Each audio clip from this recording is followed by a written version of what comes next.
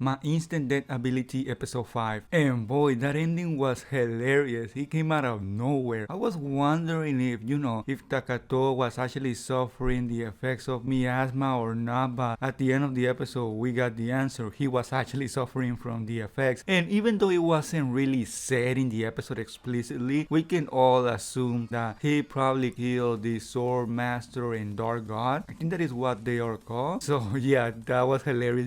That Nora was talking like, hey, well, now that I think about it, Takatou wouldn't kill people just because he wants to kill people, just because he's feeling some discomfort or something like that. But guess what? He actually did it. This episode again was really wild. A lot of stuff happening at the beginning, in the middle, at the end. There's so many things happening that sometimes I forget to talk about something. So yeah, I guess I just start speaking about the episode in general, what they were trying to do. And in this episode, they were trying to get to the capital because, well, as we all know, they're trying to get to the Sage Shion. To be honest, at the beginning, I thought they were trying to get to the capital to just meet the other classmates, but I guess I was wrong on that because they were trying to get there because they wanted to meet the Sage Shion in order to get back to their world. And they're discussing that maybe there's another way to get to the real world besides going to the capital and talk to the Sage Shion, but I guess they will still go there because they want to meet the other classmates. At least I assume that is what they are going to do. So yeah, they're trying to get there, and of course, and as I said in the last episode review, I think that is going to be the theme throughout the whole anime, that they're trying to get to the capital, and each time they try to get there, something happens. For example, I think it was in the second or third episode, there was a big fight between a sage and some sort of robot monster, and then in the last episode again something else happened, and then in this episode again we see that they got, I guess you can say, pulled away from their main goal, which is to get to the capital. And in this episode they get pulled into participating into a tournament. Well, not really a tournament, more of a trial in order to become a sword master, even though none of them want to become a sword master. And when I say none of them, I mean Danora and Takatou, but Attila, this little girl, this little dragon, basically pulled them into participating into this big event. And we can see that in this event there are a lot of people participating, and something that really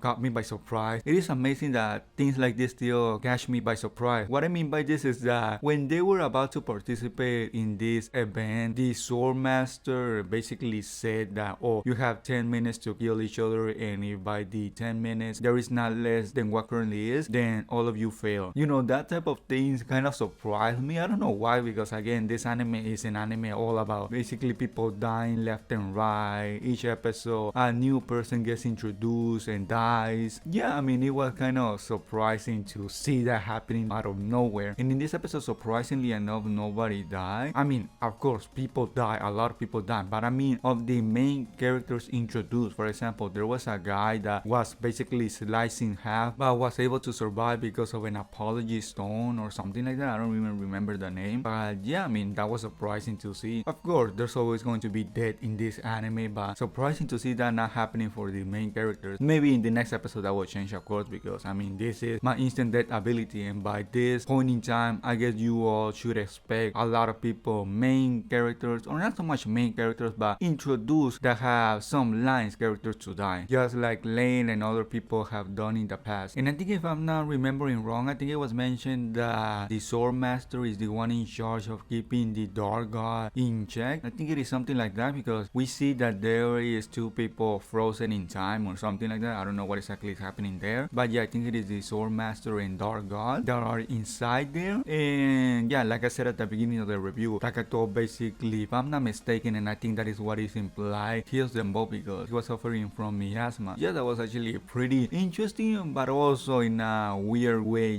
anticlimactic, because they die very easily. Although at this point in time, again, we should expect that anyone will die in the hands of Takatou, because yeah, nothing can stop him. The other big important thing that I almost forgot to mention was that of Takatou's past. We we see that even in the real world, Takatou had this power of basically killing people with just his thoughts. So yeah, we had hints here and there that maybe he did have this power in the real world, because we saw a scene when he was a kid, I think it was in the second or first episode, that he used the powers to kill a lot of people when they were about to threat somebody. I don't remember who it was, maybe it was that person that was introduced in this episode, or maybe it was somebody else. So yeah, he did have this power since he was in the real world, which is surprising because I thought that the real world was not an isekai fantasy world. I thought it was just the real world, the real world, that the laws of physics also apply to that world. But I guess I was wrong. I guess in that real world there's also an element of fantasy to it. That answers a question that I have: if the power that Takatou had was something that was given as a gift in this new isekai world, or was it perhaps something else? And it was answered again in this episode, because it is not a gift that the Sage Shion gave him or anything else like that. Although it is pretty interesting to think that the Sage Shion and all the other people know about this power. So how does that work exactly? Maybe this isekai world is not exactly an isekai world. Maybe it is actually connected to the real world or something like that. But yeah, it is surprising to see that the Sage Shion and all the other people know about this power of instant killing people, even though Takatou had this power since before he joined this world. So yeah, that makes you question some things. And I would assume by that logic that also Danora had the power even before she came to this new world. Although funnily enough, we still don't know what exactly Danora's powers are. Are they about having the spirit and the spirit defending you? Is that considered a power? Maybe it is enhanced movement, enhanced eyesight, enhanced things like that. Maybe it is some sort of enhanced martial art. Yeah, I mean, it is pretty interesting to see things like this popping in the middle of the episode that makes you wonder what exactly is happening, because you know, I like things like this that makes you pose questions and that makes you theorize and things like that. So yeah, the episode basically ended by them having the rules explained of what they're going to do next, and according to the sword master or the other girl that was there, they now have to get to the bottom of the tower, to the first floor, and they have to get 100 points. I think it was 100 points or something like that, in order to, I guess, pass to the next stage. Or maybe after this stage they will become the sword master, only one will become the sword master. It wasn't actually explained, but I think it will not end after this stage. I think there's actually going to be another stage. So yeah, that is what they're going to do in the next episode. I'm wondering if each floor is going to have some sort of monster or trickery or something like that. Let's see what happens in the next episode. Oh yeah, like I was mentioning, I went in a little tangent there talking about the powers of Takatou. I was mentioning about Takatou's backstory, and we see that Takatou doesn't know anything about his parents. He doesn't know, you know, his real name, even his last name. He doesn't know a lot of things. We see that he was trapped in some sort of facility, being analyzed, kept there as some sort of monster, and then we see that this lady appears, starts teaching Takatou basic human behavior. And yeah, I think that is how they get to know each other. That person is the one that gives the name to Takatou, Yogiri Takatou. Also, he mentions that before he came into this facility, he was known as some sort of lord. I don't know what is that all about. Was he royalty or something else? Was he respected before he came into this facility? Yeah, there are a lot of questions that can be asked about this whole thing. But yeah, that was basically everything that happened in the episode. A pretty good episode, a pretty enjoyable episode. And if you don't want to miss any episode reviews, please subscribe to the channel. Also, if you enjoyed the video, please give it a thumbs up. And yeah, that will be everything by me. And I guess I'll see you all in the next episode review.